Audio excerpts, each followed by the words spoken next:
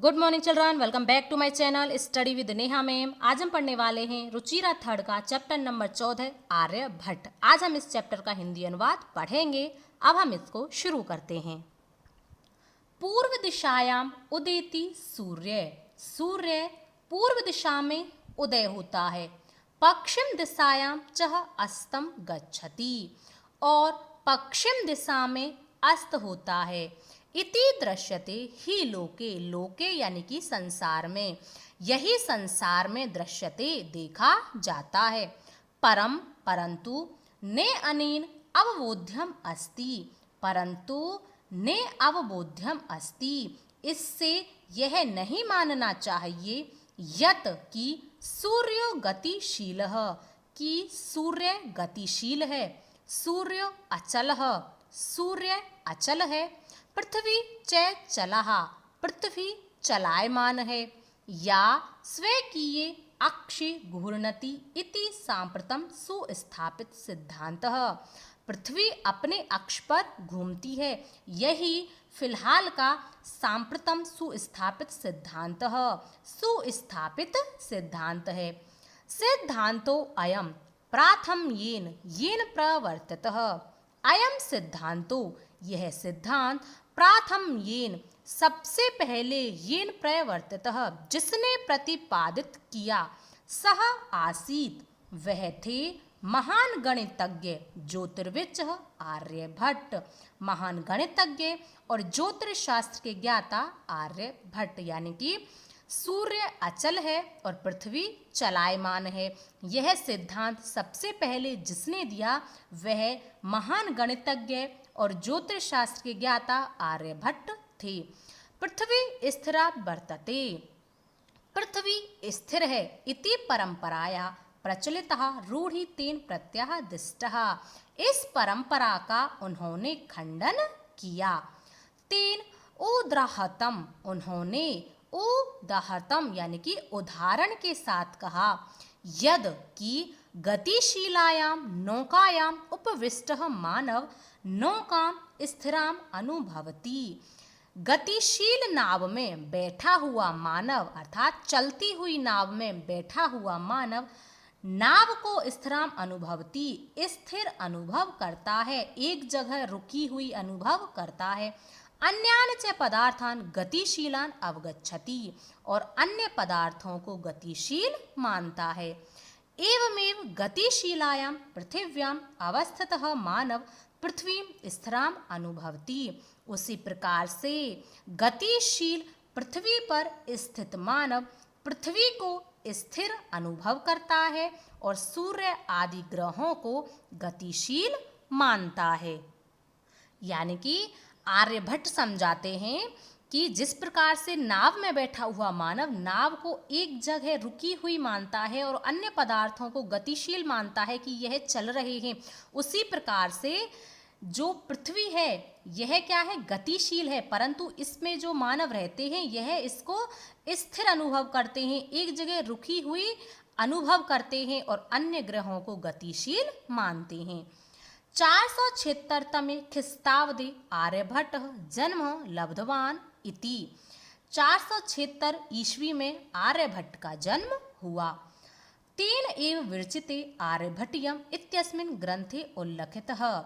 उन्हीं के द्वारा लिखे हुए आर्यभट्टियम ग्रंथ में यह उल्लिखित है। ग्रंथो अयम तेन त्रयोविंशति तमे। अयम ग्रंथो, यह ग्रंथ तेन उनके द्वारा 23 वर्ष की उम्र में विरचित लिखा गया। यह जो आर्यभट्टियम ग्रंथ है यह आर्यभट्ट के द्वारा 23 वर्ष की उम्र में लिखा गया।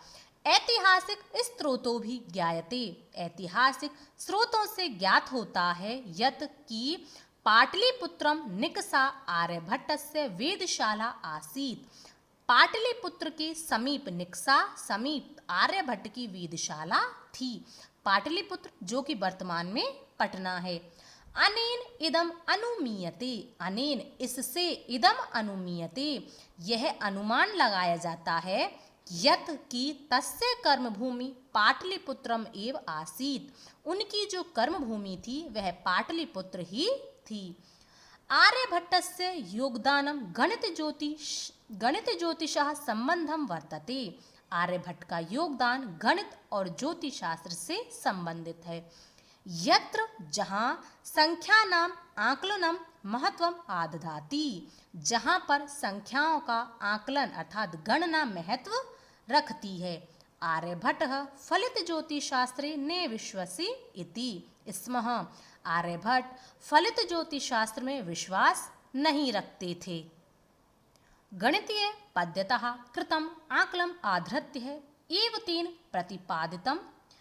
गणित की पद्धति के अनुसार, गणित की पद्धति पर आधारित उन्होंने एक प्रतिपादन किया, यत कि ग्रहणे राहु केतु नामकौ दानवौ न अस्ति कारणम, कि ग्रहण में राहु और केतु नामक दानव कारण नहीं है।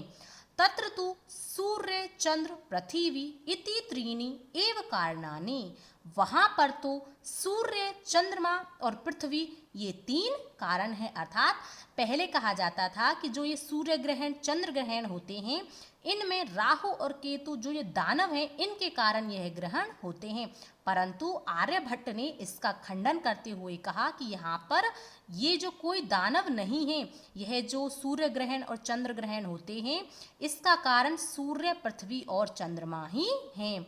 सूर्य परितः भ्रमत्यः पृथिव्या चंद्रस्य परिक्रमा पथिन संयोगात् ग्रहणम भवति। सूर्य के चारों ओर घूमती हुई पृथ्वी और चंद्रमा के परिक्रमा पथ के संयोग के कारण ग्रहण भवति, ग्रहण होता है। यदा पृथिव्या छायापातेन चंद्रस्य प्रकाशः अवरुध्यते, यदा जब पृथ्वी की छाया पड़ने से चंद्रमा का प्रकाश अवरुद्ध हो जाता है, चंद्रमा का प्रकाश रुक जाता है, तदा चंद्र ग्रहणम भवति, तब चंद्र ग्रहण होता है। तथैव उसी प्रकार से पृथ्वी सूर्ययो मध्य समागतस्य चंद्रस्य छायापातेन सूर्य ग्रहणम दृश्यते। उसी प्रकार से पृथ्वी और सूर्य के मध्य जब चंद्रमा समागतस्य आ जाता है तब सूर्य ग्रहण दिखाई देता है।